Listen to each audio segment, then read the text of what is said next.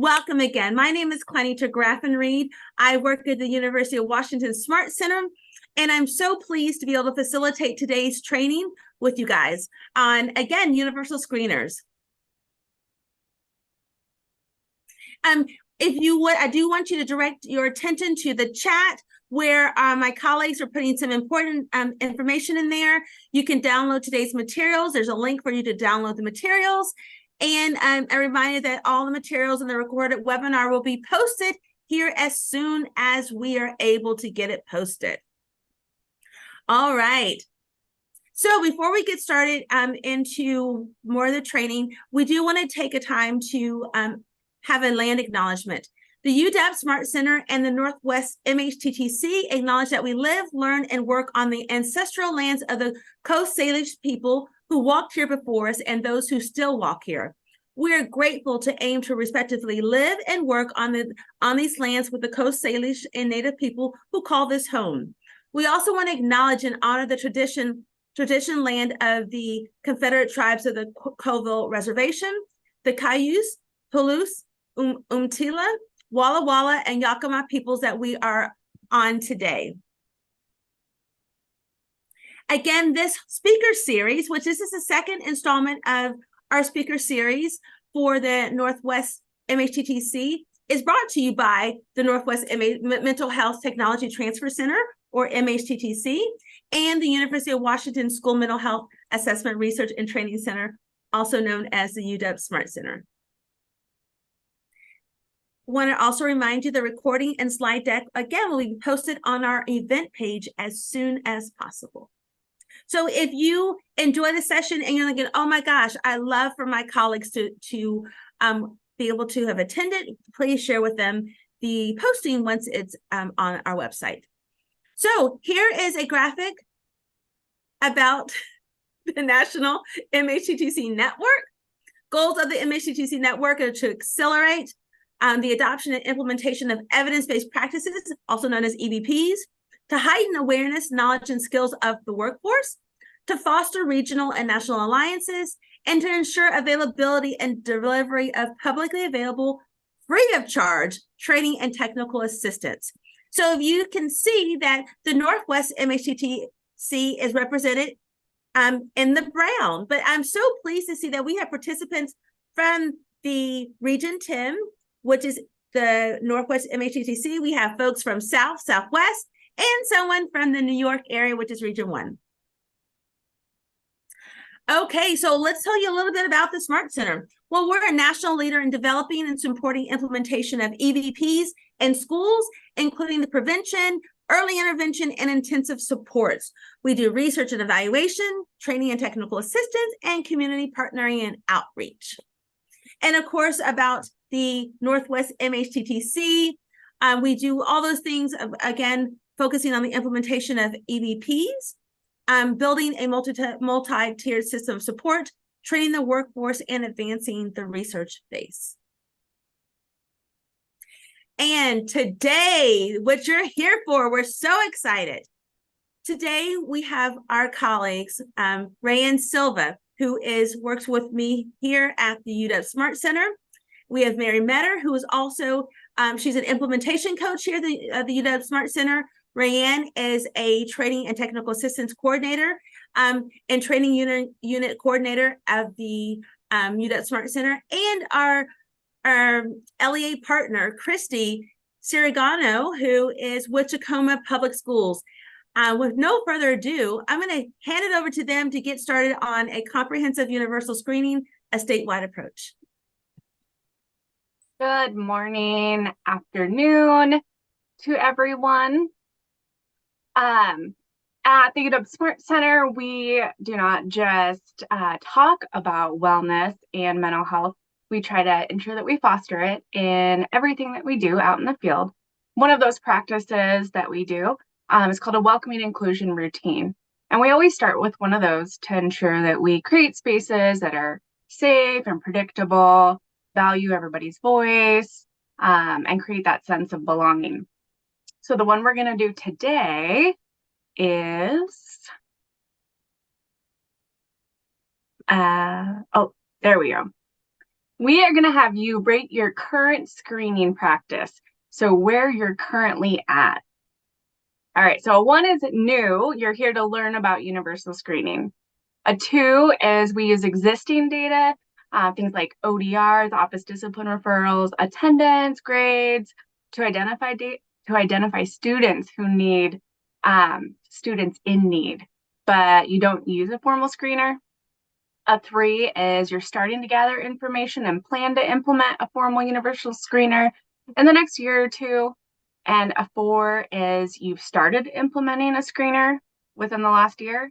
And a 5 is you've been using a universal screener for 2 or more years, and you're here to just get a deeper understanding. So I'm going to have you in the chat rate where you're at, a 1, 2, 3, 4, or 5. All right. So we're going to start off with what we know about youth mental health. In 2020, Washington State actually declared a youth mental health emergency. There was a proclamation that was put out. And a year later, the U.S. Surgeon General did the same thing. They declared a youth mental health crisis. We're probably all aware of that. So what's the national state of youth mental health? We know that 1 in 5 have mental health problems that impact their learning. Suicide rates among Black youth have doubled since 2014. There's been a 33% rate increase in students reporting depression and anxiety since 2010. But what about Washington? Is it similar? Is it different? Is it higher? Well, in Washington, there's been an increase in youth that have been experiencing a major depressive order, and these data come from the Healthy Youth Survey. We've seen increases in students reporting feeling anxious and unable to stop worrying. We've seen some increases with suicide feelings and actions. Here's some data on whether or not students had an adult to turn to when they felt sad or hopeless. So what else do we know? We know that COVID really just exacerbated a problem that already existed. But we also know that mental health is shaped by a lot of factors. Some things that we have more influence over that we're able to mitigate, and some that we're not able to. Some of those factors are society, things like racism, media, technology. The U.S. Surgeon General actually just put out a new report about the impact of social media and technology on youth mental health. It's definitely worth a read. Environment, so things like housing security, access to healthcare, community, so your relationships with friends, families, teachers, the climate of your school, family, and then individual. So 4 of those 5, 3 or 4 of the 5, we have a lot of influence over. So what do we know about the impact, the potential impact that schools can have on youth mental health? Well, we know that there's an 11-year gap between onset and treatment of mental health disorders. And we know that students or youth are more likely to access services in schools than when we refer out. We know that school mental health is associated with positive mental health outcomes, and that research shows that school mental health services actually close that gap in accessing services for underserved and marginalized populations. If you want to read a little bit more about that, we actually put together a great brief. It's called The Case for School Mental Health, and it is aligned to the Washington MTSS framework. There's a QR code there. If you want to check that out later, it'll be in the slide deck. So what is Washington doing to support school mental health at a systems level? Well, in 2014, there was some initial legislation that was put out for schools, districts to authorizing state legislation for screening. If you weren't aware, here is the actual RCW that is out. So it says, Schools shall develop a model school district plan for recognition, initial screening, and response to emotional or behavioral distress in students, including but not limited to substance abuse, violence, and youth suicide. In 2021, the auditor did an audit of everything that was happening in schools related to that legislation. And here are some of their findings. So they found that universal screening is the basic foundation for behavioral health systems. However, not very many students were being screened. You see 41% of students were not being screened at all. 14% were just screening a subset of students, and only about 19% of educational organizations were screening all kids. So they found that behavioral health supports, they depend on what schools are able to provide at the local level, meaning there really wasn't a system that supported down the pipeline. And that our state's approach was really fragmented and lacked the resources to provide comprehensive mental health. So in 2022, OSPI developed in collaboration with actually the UW Smart Center and Forefront Suicide Prevention, a model district template for installing universal screening. Some of the recommendations that came out of that report directly for OSPI is that it needed to revise the district plan template to more closely follow those state requirements.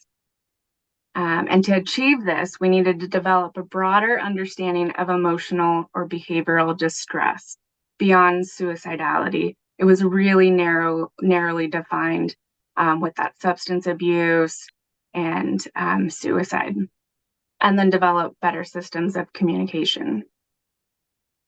If you want to check out that model template, we have a QR code here for you. And again, it will also be in the slide deck. And with that, I think I'm turning it over to Mary. Okay, thank you. What is universal screening, right? A lot of work has been being done in partnership with the UW Smart Center and OSPI around helping develop this model template that districts can use and follow to help at least have some sort of system and plan to follow for universal screening. But what we've also learned is that there is a need for increased understanding on what it is. So I'm going to dive into that. And what I want us to do is first think about when we go to a doctor, essentially, we wouldn't just go to a doctor and go immediately into seeing them. They're going to do some format or some type of screening. And that might include taking our temperature.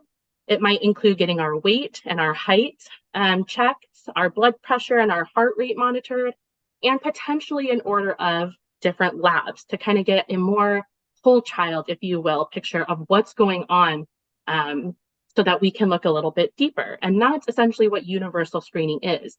It's not something that we use in isolation to help route a student to intervention. When we use screening data in isolation, what we often see is that those data can be weaponized and can lead to labeling, stereotyping, different assumptions, right? Over-identification of students who are already being pushed to the margins. And so it's important for us to use these data to get a more whole child view and to use them with other detection methods. It's not something that we want to use for diagnostic purposes, prescriptive or evaluative purposes, such as using them on report cards or using them during for grading purposes. We wouldn't want to use those data for this at all.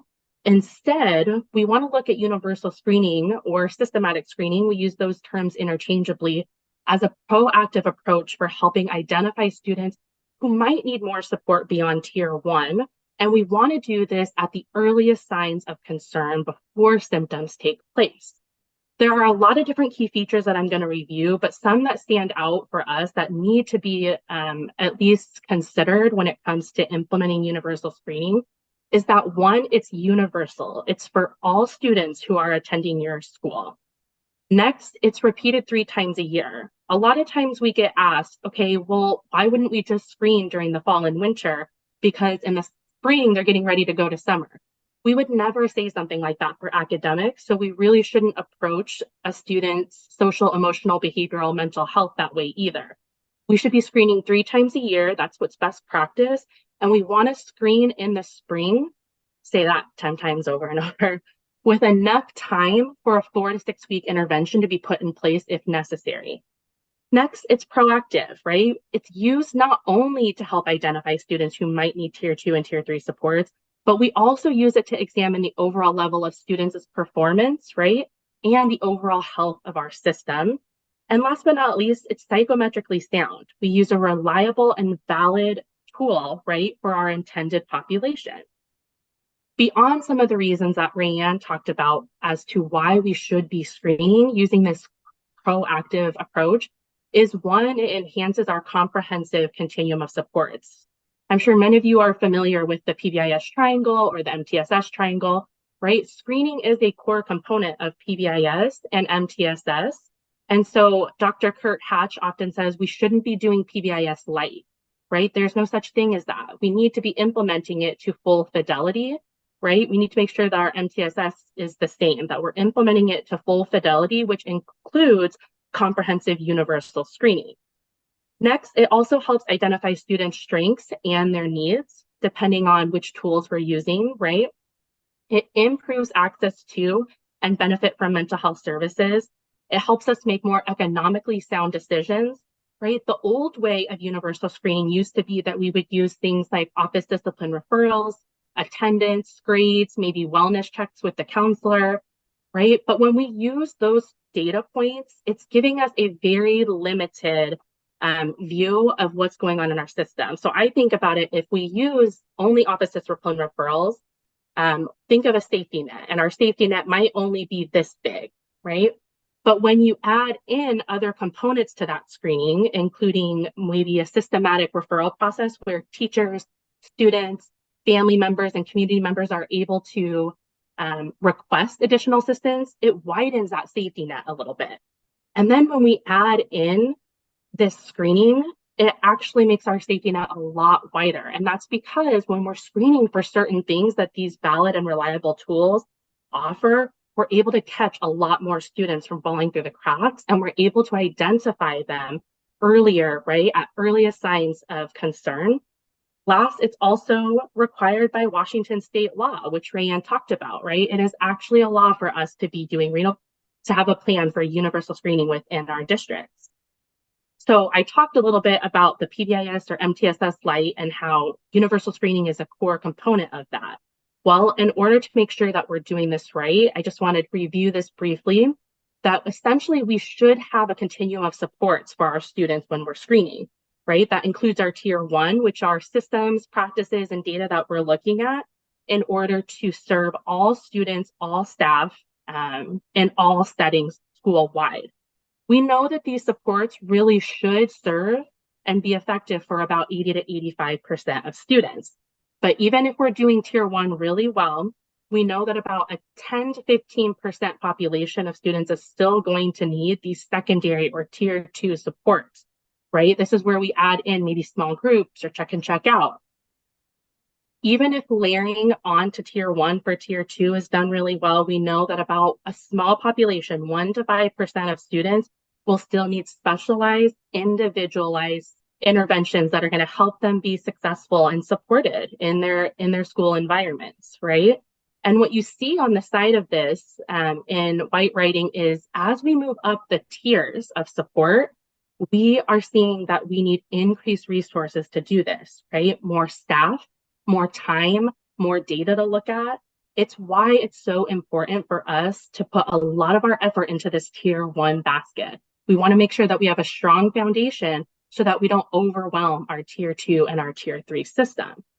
And something that's always important for us to talk about is our language. When we're thinking about universal supports, tier 2 or tier 3 supports, the tiers are essentially just that. They're just service delivery of supports. So we don't label students as a tier 2 kid or a tier 3 student, right? We want to make sure that we're saying this student might need tier 3 supports in math, but they might need tier 1 supports in social, emotional, behavioral, right, systems. So we want to make sure, Christy talked to me earlier about how she looks at this as we want to use empowering language. And it's not empowering our students to say that this kid is a tier 3 kid. So just anytime that you're working with your peers, I challenge you to call that out into the space. We don't want to label and perpetuate stereotyping amongst our students.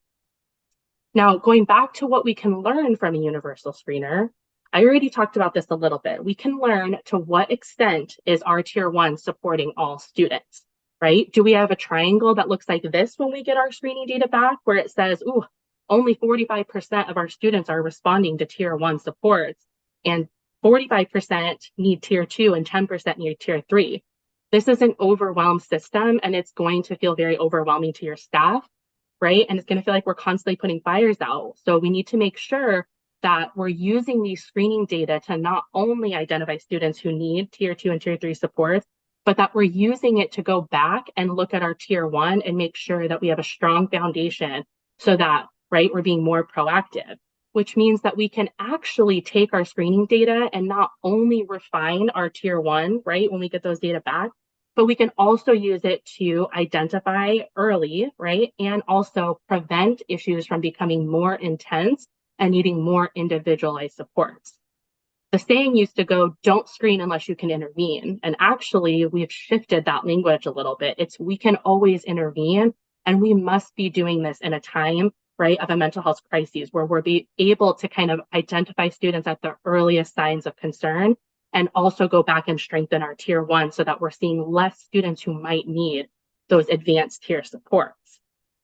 Now, when it comes to looking at what we screen for, you'll notice here that it says, yes, we should be screening for students who might have externalizing and internalizing behaviors, right? Those being what we kind of classify as risk, meaning externalizing behavior might be office discipline referrals, right? Maybe there's kicking or other types of externalizing behavior, and internalizing being something like shy, disengaged, quiet, right? Those are important, right? Screening for risk is important.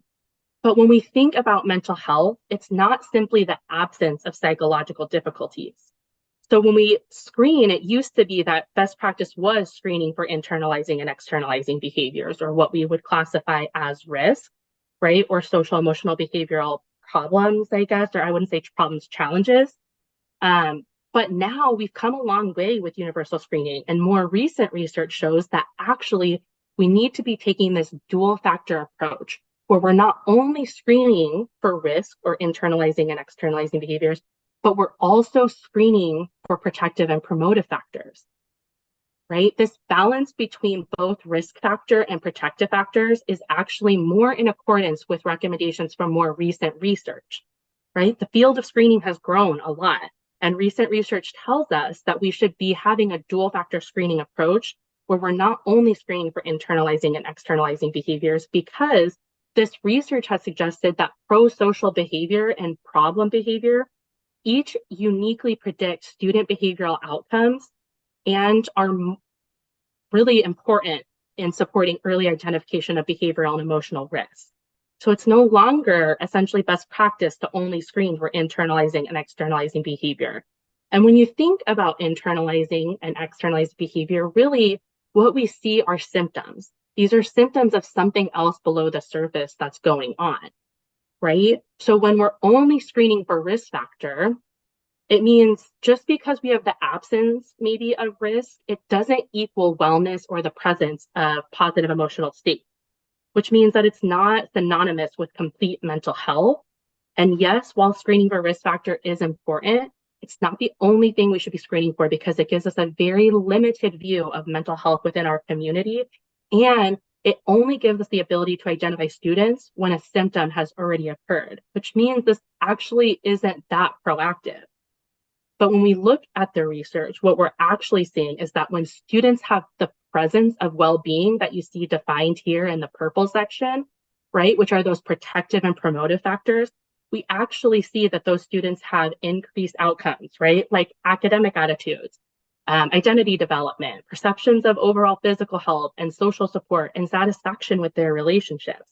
Which means that if we can screen for protective and promotive factors and identify students who aren't experiencing well-being at a very early stage, we might be able to limit students who are then going to experience risk later down the road. So just a couple of key takeaways from this mental health continuum is that, yes, screening for risk factor alone, it's no longer best practice. It gives us a very limited understanding of mental health. It's still important, but we should be having this dual factor approach where we can help detect students at an earlier stage before the need, right, of these risks developing. So when it comes to completing the screener, it's really important that we're centering equity in this work. And it's really important that, yes, it used to be that teachers would complete this, right? It's not diagnostic, prescriptive, or evaluative, like I said. And sometimes when we have teachers who fill out the screener and use those data in isolation, what we often see is bias can come out in that, right? So yes, while it's a very important view to have teachers complete the screener, we want to have this multi-informant approach where teachers can complete a component of a screener, our students are able to complete a component of the screener, and family members and caregivers are also able to do this. And this might seem really overwhelming. How are we going to have a data system that can support a multi-informant approach where we have all three of these data sources to look at? Well, start with two of them. Can we at least start with students and make sure that their voices are heard? Because if we're only looking at teacher data, we have other data sources to maybe confirm those biases, right? Like office discipline referral data, attendance. We can confirm it with those, but we want to make sure that we have multiple voices that are being heard.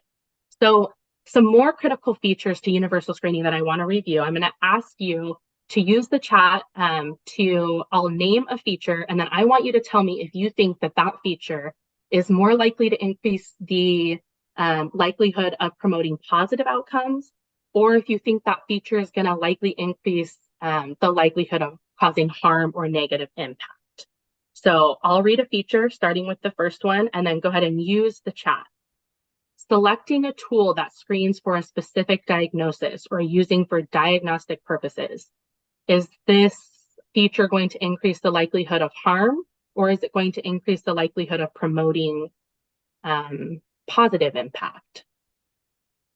Yeah, if you said that it's going to increase the likelihood of harm, you're right. Remember, it's not something that we should be used for diagnostic purposes. It's a universal screening data that helps us get a more well-rounded view of what might be going on and helps us to be able to look at other data sources to confirm whether a student might need an additional support. Key feature number 2, supported and informed by youth and family. Yeah, increases the likelihood of promoting positive outcomes. This is that multi-informant approach where we're not only just having teachers screen for students, right? We know that that can increase our biases, right? And we might see things like over-identification. I mean, we might not, but likelihood, we might see over-identification of certain populations, and we want to make sure that our students are able to have their voices heard and the supports that they might need. Key feature number 3, monitors the social, emotional, behavioral health, like well-being and problems, or risk and protective and promotive factors.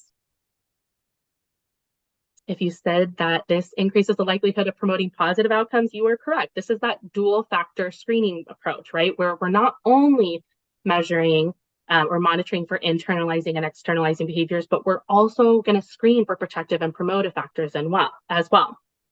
What about assesses for suicide or self-harm using a single item?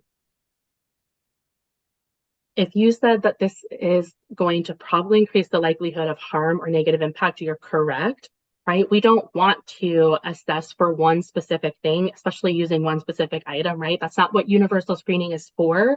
Universal screening is to get a more, it's a more systems level approach to identifying students who might need supports. What about uses teacher, parent, or student nomination data in isolation?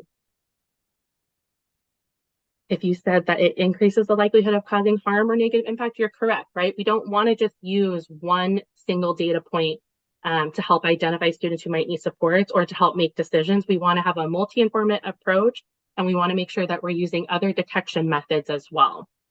What about uses for high stakes decision making? Things like report cards. Yeah, this would increase the likelihood of harm or negative impact. Don't want to use this as a referral or a report card decision making, right? Now, When it comes to high stakes decision making, for me, when I think of high stakes decision making, I guess I think of more like a district team might use these data to reallocate funding, right? We might say, ooh, this data is showing that we need more mental health supports in the school, so we're going to reallocate funding to help support systems and practices for that, right? So that's a little bit different than using it for things like report cards and referrals. And I'll just go over the last two for the sake of time. Using data to inform continuous problem solving across the continuum of supports, right? Like we use these data to help monitor our tier 1 and our instructional supports. That's likely to increase positive outcomes. Same with using to identify students who might benefit from early social, emotional, behavioral interventions and supports before we reach that level of crises. That's what these data are used for. Here's a more comprehensive list. We pulled out the ones that we felt were pretty important and that we wanted to identify.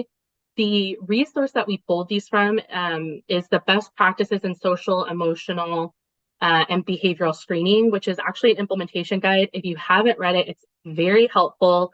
It's been used to help inform some screening modules that we've developed and is an excellent tool. So that resource is titled down here. And with that, I'm going to pass it over to Christy Greenaway-Siriano with our LEA Partner District.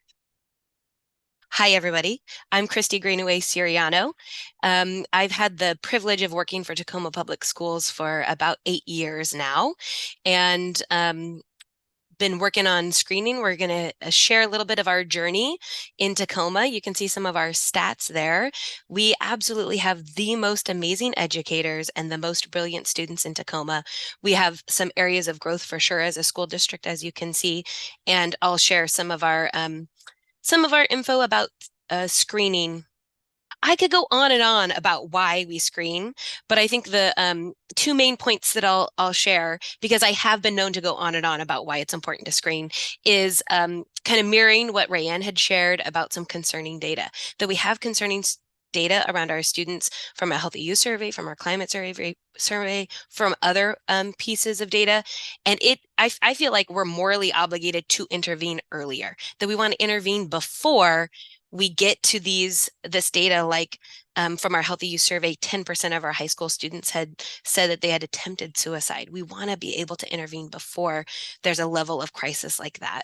And Mary, can you click one more time? We want to define success in school more than just academics, right? We know it's not just, did you get an A in science, although that's important. It's mutually beneficial to also assess and consider the well-being of the student, the social emotional learning skills of the student, the environment within the school, because they're mutually beneficial. They help support academics. And we know we wouldn't say a student is successful if they just get good grades, but they're struggling in other areas. There we go. So our journey in Tacoma of screening has been a long and winding road. There is probably too much text on this, but what you need to know, it's a continuous improvement process. We definitely don't have everything figured out, but I want to share a little bit of our journey. Some of the things that have grown or changed over that long and winding road are things like shifting from prioritizing adult perceptions to student report. Like Mary mentioned, we want to prioritize student voice and hear directly from the students things that are going on. So our screener that we're using is a student perception, a student screener that they take. And we've really moved from using it to identify students, which students need additional supports. We've moved to, we can use this screener to identify the needs in our systems. How is our tier 1 systems and supports, our practices, how are they supporting students? Are they supporting a variety of groups of students? Are they supporting our students overall? And then using that screening data to strengthen or adjust has been a shift.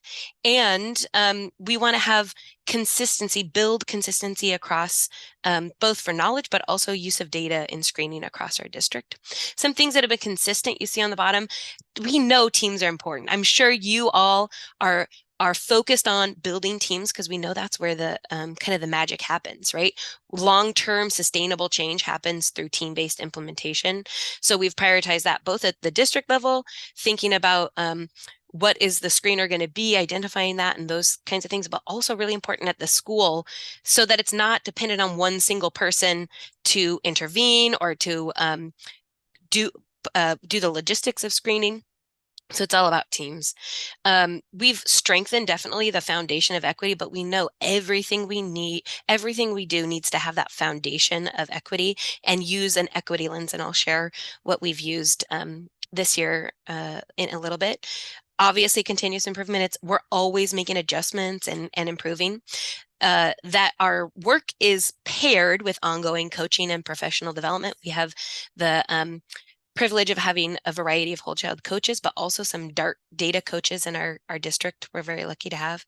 And we've really prioritized integrating screening into our systems. So rather than having it as an outside thing, we want to be able to like look at data next to each other. We want to have it within the things that we're already using. Some of the considerations that we used when selecting our screeners have been the cost. We know that it costs a lot of money and you have to have ongoing funding to sustain. So we need to consider the cost of the screener, but also how are we going to pay for that cost? Like I said, we want to have a student report screener, and we want to be able to look at the scores alongside other data points. So not screening in isolation, but we want to look at that along other data, the ODRs, the discipline, the attendance, other academics, all of those things to get a full picture of our students and not just rely on one single data point. So some of our systems and practices that have helped us with continuous improvement, like I said, teams are important. We've had a district work group, varying variations over the years. Our most recent work group had a variety of folks from across the district, folks from buildings, from our partners at UW-T, to help us select our screener, work on the logistics, some supports for buildings so that our, more than 50 schools don't have to make it up on their own, but they have some supports in the facilitation of and the use of data, and that team with extensive knowledge is also learning and growing together. This is one of the articles, the Equity by Design article that we found helpful that our team has read and reflected on. There's 7 key takeaways. It's a relatively short read, a quick read, but has some really deep suggestions that you can unpack either as a school team or a district team. Things like it should be used in a comprehensive integrated approach. So in that multi-tiered system of support, you're not just screening to identify tier 2, but it's within that whole system, and to, understand the limitations that screening can't be used in isolation. So there's some really great learning. So I'd highly recommend the reading of that article. Like I said, some of the other things that team has done is create some district-wide support. So having a calendar where people can see the windows, but also upcoming professional learning around screening. There's technical support. There's example communication. So we want to make sure that our families and our students and our staff are all really well informed, that they know what screening is, why we're doing it, how the data is going to be used.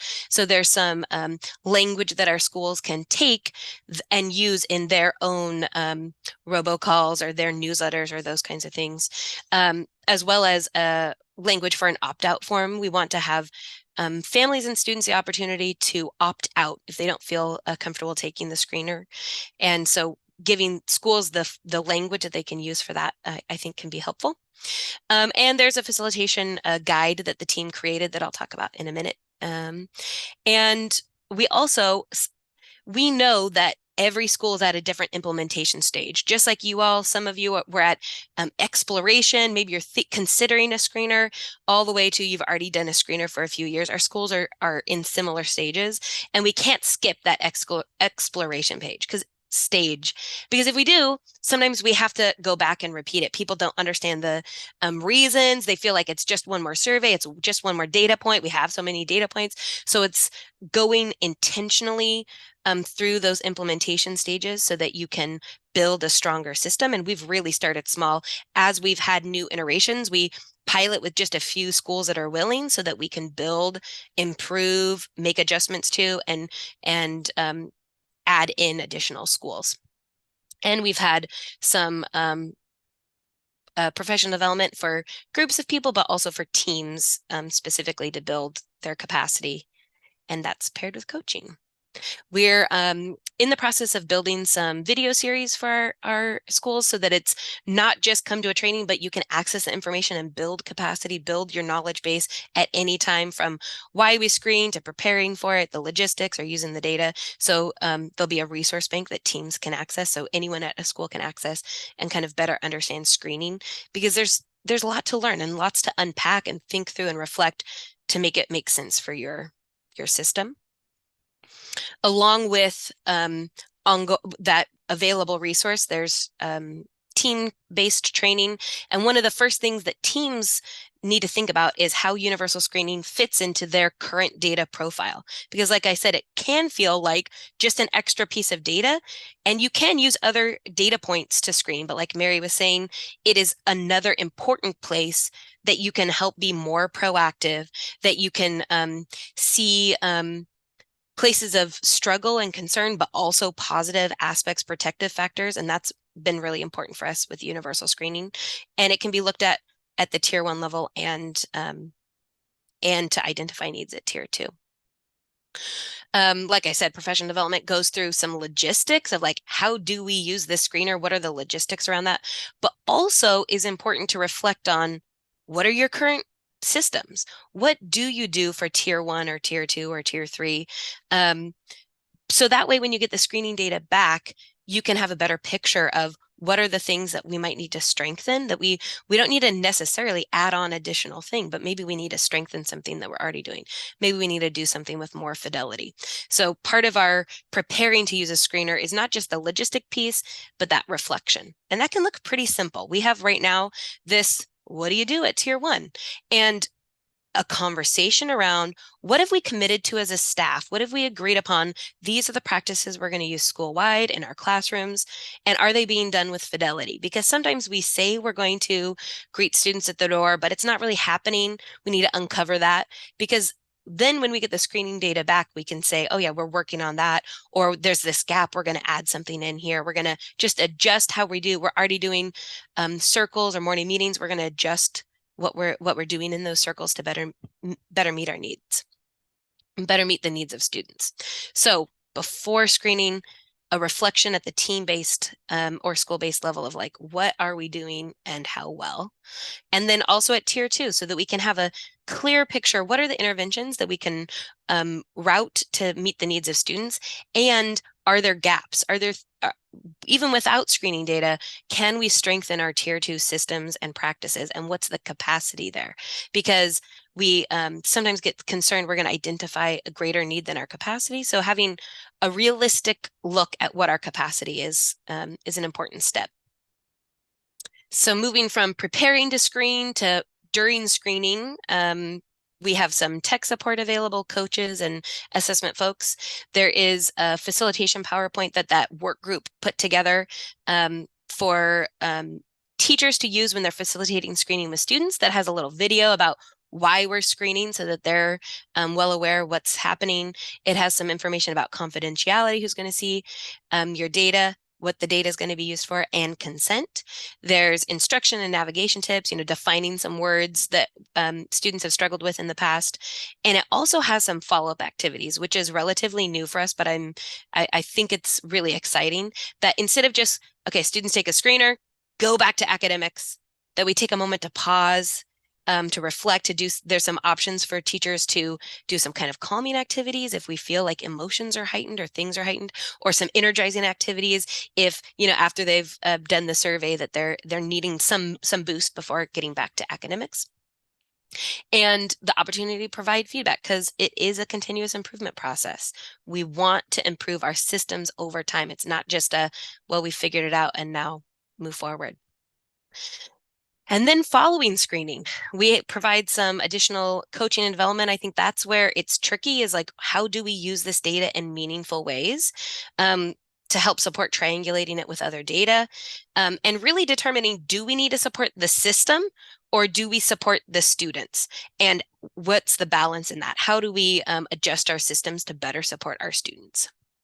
And we do that through kind of a process, this graphic, where you can think through, based on the data, are we supporting at least 80% of our students with our current tier 1 supports. So they'd be rated low concern on our screener. Are we meeting at least 80% of students' needs currently? And if not, instead of jumping to additional interventions for students, we can adjust our systems, our current practices school-wide. And if it's meeting 80% at a school-wide level, maybe it's looking at grade levels. Maybe it's 8th grade, maybe it's 4th grade that we're not meeting all of the students. Maybe it's some other group of students that our current tier 1 systems and practices aren't meeting. So we can intervene at that level or classroom level, and then we can move to tier 2 interventions and meeting the needs of more individual students. We also have that parallel urgent response. We have a couple questions we've added to our research-based screener that has things like, would you like to set up time to talk to a trusted adult, for example? And we want to respond to that relatively urgently. If they want to talk to an adult, we're going to set up a time for them to talk to an adult. So there's a few of the questions that we added kind of in addition to the research one that we have a system, schools create systems to respond to more urgently. Another way to see the same graphic is this kind of flow chart of like, where do I need to intervene? Am I intervening at a school-wide level or individual classroom level? Maybe I just need to adjust what the current plan is. So we're making decisions, but before we finalize our decisions in anything, we're working to really use this anti-racist pause, which is a list of questions that can help us literally pause and take a moment and make sure that our decisions, but also our language and personal interactions and things like that is anti-racist, because we know it's not enough to be just not racist. We want to be actively anti-racist in the decisions we're making that influence our students' lives. So we want to pause and make sure we've, for example, understood the historical context before we finalize our decision, or who's at the table, seek to understand who's been involved in this discussion, whose perspective have we partnered with or considered before we just rush to, that sense of urgency. We need to support students, but we often pausing and being helpful to make helpful decisions, as opposed to a decision that could potentially be harmful if we didn't intentionally take a moment to pause and reflect. So this is something that we're using with screening data, but also just kind of generally we're working to use more regularly throughout the district. It's been really positive, beneficial. And like I said, we've not been without our challenges and barriers, probably like many of us. Obviously, COVID was a big challenge and barrier, but we've encountered a variety of other ones as well. For sure, technical concerns, we've prioritized building it into our own platform, into something that's integrated into what we're already doing. And we consistently come up with barriers around that. So we've prioritized it, but it's also come with its own challenges and concerns that have come in a variety of ways. That it's just that continuous improvement. If this is what we want to do, we need to figure out how to work through some of these barriers and to try to that's part of starting small and expanding, so we can problem solve not at the almost 60 school level, but at the few 5-10 schools at a time, or one school at a time. We've also had some challenges around people concerned that it's a trauma screener. This is not a screener for ACEs at all. So we've worked to both better understand it at the district level, but also to help understanding more broadly around what universal screening is and how it's different than if someone was screening for ACEs or for trauma. There's also been concerns about or barriers around, is our consent the correct do we need permission slips to have students participate in the screener?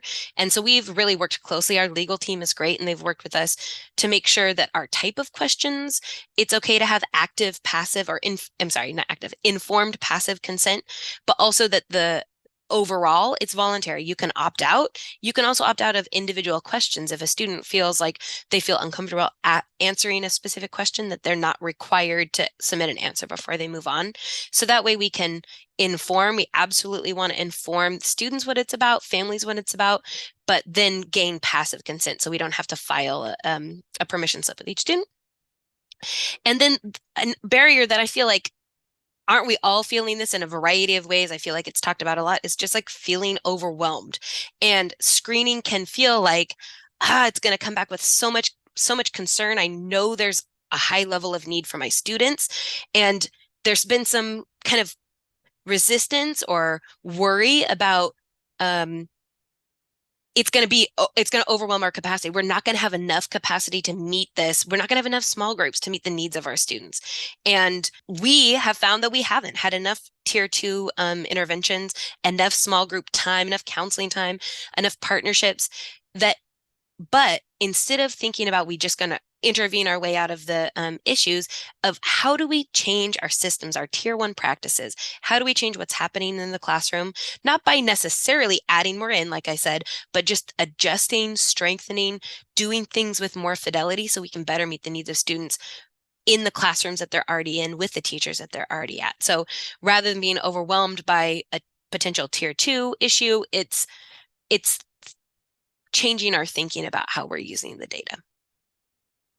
I probably more challenges and barriers too that I haven't shared, but so just know that we're just like all of you probably. Some of the key learnings is, again, the need to consider the whole child. We're the whole child department, but screening can be just one-dimensional of a student. And we know that our students aren't one-dimensional. They're multi-dimensional. We need to consider professional judgment on the teachers. We need to consider the student story, other factors, other data points. We've also created, like I said, some questions, and it's been a long road to adjust the questions to be something that's useful. We've used a research validated tool, but we've added some questions, but those questions have taken a lot of time to adjust in ways and then use them in ways that are helpful. We always can learn more. Absolutely. It's really important to slow down, use that pause to better understand student needs, to better understand staff needs, but to slow down and implement in intentional ways. And then always the ongoing need to strengthen teams at all levels. It can't just be one single person, but to build the knowledge, the capacity, the willingness, that ongoing need to strengthen teams. That I'm sure we're all there, but we got to have teams both at schools to help implement and at the district level as well. Okay. Thank you so much for letting me share. That's my spiel. I'll turn it back over to Mary or Rayann. Okay, thank you. We are in the Q&A stage. So I'm gonna read out questions and then hopefully we as a team can tackle them. One question that I'm seeing in the chat is what specific tool does Tacoma use? I would highly recommend before asking for a tool that we make sure that we identify a need that we're trying to address first. So that's often the question we get asked first in any training we do or any conference we present at is what tool did you use or what tool do you recommend? There are so many validated tools out there and it really depends on the need of your community. So before, it can be helpful for Christy to share the tool they use, of course, but also the tool that they're using they might have selected that tool for a very specific need for their district, and it might not be the same as your need. So I really have a lot of concern about sharing a specific tool because first, what we need to do is identify the need that we have in our community for screening and what gap we're trying to address. And then there's a whole list of universal screeners that are out there. And I would just recommend first addressing that need. Is there anything Christy or Rayann would add to that? I think, and there's a list, I think, in the OSPI, and you both would know more in the OSPI model template. I think it goes through asking you some of those questions of like, what is the purpose of screening for you and that you feel is important? And then I think in one of the appendixes, like, and here's some possible, am I thinking of a different thing or the OSPI? Yeah, and that will be available in the QR codes that Rayann had shared earlier. So I would just, before we were working with a partner district who said, well, let's just ask our partner or the district that's right next to us what tool they're using for screening, and we can select that because it means that we have a very similar community that we're serving, which means it would work for us. The problem is if you select a tool that is based off of a different need, it's not going to solve any problems, and then that's going to cause a false start within your organization. And a false start is not neutral for everyone, right? So we just want to make sure that we're addressing that need first. And Christy, great recommendation to go back to that model template. I I see. also think CI3T, is that the right acronym? Oh yeah, CI3T. Has a Yep, whole like another good website. information, what it does, has a little sample of things, some videos around that, has lots of great information too. So Yep, CI3T. Northwest MHTTC also has a like screening 1-2 pager with, I think it's the exact same list of tools that you'll find on definitely OSPI, but probably a lot of the similar ones that you'll find on CI3T. And I would offer, in addition to like what's the need and what's the purpose, bringing together some sort of a district leadership team alongside your families and students. Like, what is it that you value? What are we already collecting? What's important for us to know? Mary and I were working with a district somewhere, I don't remember where, and there was this concern over like non-native English speaking families and how they interpret the items.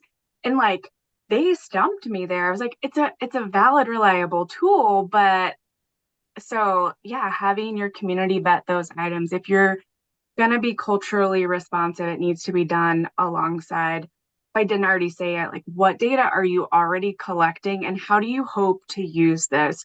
Will the interface be with, the teacher or, so yeah, going through that process is far more important. Will ensure you're not doing harm than it is just to know like what the best tool is, because there's a ton of best tools out there.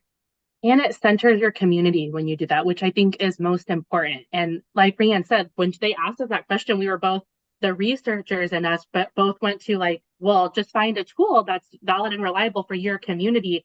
And she was explaining to us, but this language doesn't make sense to the families that we're serving. And I was like, yeah, you're right. So it's better to bring people in and then to have further conversations and dialogue about that. I appreciate that.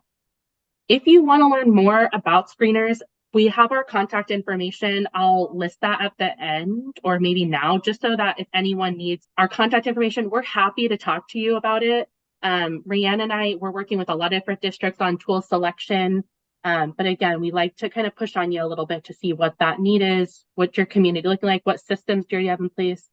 Another question I see is, how has your team developed an assessment worksheet to structure similarity of assessing the students with the same wordage?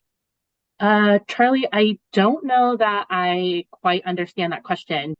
How I'm reading that question is, one, it's always important to have some sort of assessment worksheet where you're listing out like what Rayann just talked about. What's the data that we're already collecting? Do we have a climate survey? Do we have an SEL assessment tool that we're using? Office discipline referral data, attendance, grades, wellness checks, right? Listing out the data you're already collecting, the purpose it serves, and then seeing where there's overlap and where there might be gaps in your system is really important. But if I'm answering that wrong, please feel free to type more in the chat. One question is, one struggle we've had here at the high school level is the size of our high school, 1,500 students. Yeah, and the limited resources, one social worker, one therapist, overloaded school counseling team. I'm curious what tier 2 interventions you have tried and had success with to alleviate the strain on tier 3 resources. Christy or Rayann? Well, I think Christy, or maybe it was Mary, maybe both of them, touched on it a little bit. One of the benefits of universal screening is it allows us to turn that, what we historically have thought of as an upside down triangle, turn it right side up. So it allows us to assess our core and have more of our students, their needs being met in that core instruction. So I know that doesn't exactly answer the question about interventions, but I think you'll find you'll have less need at the tier 2 and tier 3 levels. Yeah, I appreciated what Christy said. She showed that diagram that had the arrow and then the 4 squares, where it's first examine your system, right? And then go and examine what students might need tier 2. And I think, Christy, you had showed too a tier 2 intervention map, right? And there are things that you can look at online, like What Works Clearinghouse, the National Center for PBIS has interventions listed. And I think one key thing is what do you already have in place? And then doing kind of an assessment. Is it evidence-based? Is it being done to fidelity? Because a lot of people will say things like, oh, check and check out doesn't work, or this small group doesn't work. Well, you have to look at all of the system pieces and make sure that those core features are being implemented to fidelity as well. I Yeah, also will say, sorry. go ahead. I'll also add, when we think about tier 2 interventions, we often think of really complex things that might be more like a tier 3 individualized support. And tier 2 can be simple, or maybe it's like a 1.5 tier intervention. I've seen schools based on screening data assign every single person in the building that's maybe willing to, or maybe every single person, a 2x10, which is a research-based practice, can be used just in your classroom when you're struggling to build a relationship, or when you're needing something extra for a student. That's 2 minutes a day for 10 days in a row. And if every student or every teacher has 1 or 2 students that they're practicing 2x10 with, it can be really impactful for those students to have an additional adult on their side, an additional relationship, additional person that's looking out for them. And that can be every single person. And that's just one example of like any intervention that can be done by people that aren't just your counselor, because Tacoma's in that same spot. We don't have enough counselors and social workers. We wish we had more, but there just isn't enough. We also just don't have enough money. And so like, how can other people implement an additional short, small, could be check and check out, who's all the different people that could coordinate. It's not just one person, but it could be, every teacher, it could be support staff, all of those things. Like we can't let our counselors be the only people. And that's why it's important to be a team, because then you can like discuss where is their capacity, where can you, what little shift could you make? So Yeah. That's my other thought. Next question is, what barriers are keeping Tacoma schools from allowing more in-school mental health treatment for students? Multiple surrounding school districts, and not just the ones in King County, have more on-site counselors and school-based health centers. That is a good question. I think some of my Tacoma folks are here in the audience. Maybe they'll have a better answer to me. I feel like it comes a little bit back to money, that like we have received a grant to help support, but not all of the work that we want partner organizations, mental health organizations to do is billable. And so there needs to be funds to help with some of the other things that are happening. We've gained more grants, we've have more partnerships, but I think some of it is funds. I think some of it is just like the lack of amount of counselors, mental health supports nationwide. Tacoma's experiencing that too. Some people have openings for counselors, and it's just stayed open, like no one's there to fill it. We have counselors at every single one of our schools, but we don't have mental health counselors hired by the district. That's what we partner, and we're growing and growing, and I think looking for more money and ways to partner with people so that we can have more mental health support. Yeah, absolutely. Thanks, Rusty. The last question is, what can we say instead of anti-racist? It's a phrase that triggers and divides. What's a strength-based alternative? I think for me, what I would say is maybe defining this in your organization. It's something that we value, right? And in Tacoma's community, it sounds like they value that as well. And we value anti-racism as well. So in our community, we don't look at it as dividing. But I would say, defining that within your organization and unpacking that a little bit more. Christy or Rayann, do you have anything to add? Yeah, I think similarly, I've heard people say, can we say anti-bias?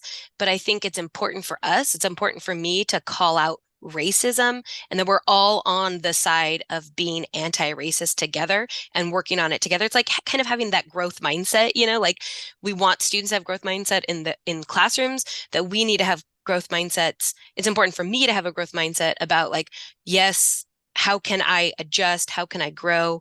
I'm still learning. So I think it really is important for us in Tacoma. We have an anti-racist policy in Tacoma that our board has passed. So it's really important for me to consider all forms of bias, and specifically racism, and how are we combating that. So I think it's a both and for us. Yeah. Thank you. Also, someone typed that they wanted the CI3T website. I think I put it in there. It's ci3t.org, or if I'm wrong, you can just Google CI3T and it should pop up. for you to kind of review. They have a pretty comprehensive list of screeners. And pass it back over to you, Kainita. Yes, thank you guys. Thank you so, so much. I love the discussion. I love how engaged everyone is, and it's hard to be engaged on Zoom. So thank you guys for your questions and your participation. Your feedback is important. So if you are wanting a certificate, please, please, please fill out this evaluation form so that you can have access to one or both of those certificates. Coming up, so remember, this is a multi-part series, and our next presenter is Dr. Nicole Holland-Sims, who will be talking about fostering belonging in staff, recruitment and retention, and that will be January 17th. Yes, and again, Dr. Nicole Holland-Sims will be back here in February. She'll talk about becoming the journey of a change agent, which is exciting. All right. Hey, and speaking of professional development and growing and learning more, there are some free online courses that the MHTTC is offering. And so if you're interested in these free online courses on health e-knowledge, please go to this website. Courses are free for a certificate of completion, and there are yearly membership options for those who are interested in gaining access to other resources and unlimited, read my lips, unlimited CE credits. So if you have a license that you need to renew or a certificate that requires you to get CE credits, this is a wonderful way to go about doing that. And again, the goals of the free online courses are to expedite the adoption and implementation of EBPs, increase awareness, knowledge, and skills of the mental health workforce, and provide free, accessible training and technical assistance. And here are the contact information of our wonderful presenters today. And thank you, Mary, Rayann, and Christy. And our last disclaimer is that the materials appearing in this presentation, except those that are taken directly from copyrighted sources, are public domain and may be reproduced or copied without permission from SAMHSA. The information in this presentation do not necessarily reflect, but here's our disclaimer. If you have any questions, feel free to contact us. And here is ways in which you can contact us. Our website, our email address, and X, formerly known as Twitter. We hope to see you again in January. We hope that you have a wonderful winter break. Guys, we're at the countdown. We have one more month left before the winter break, and then we will start up and have a wonderful spring semester. Thank you so much.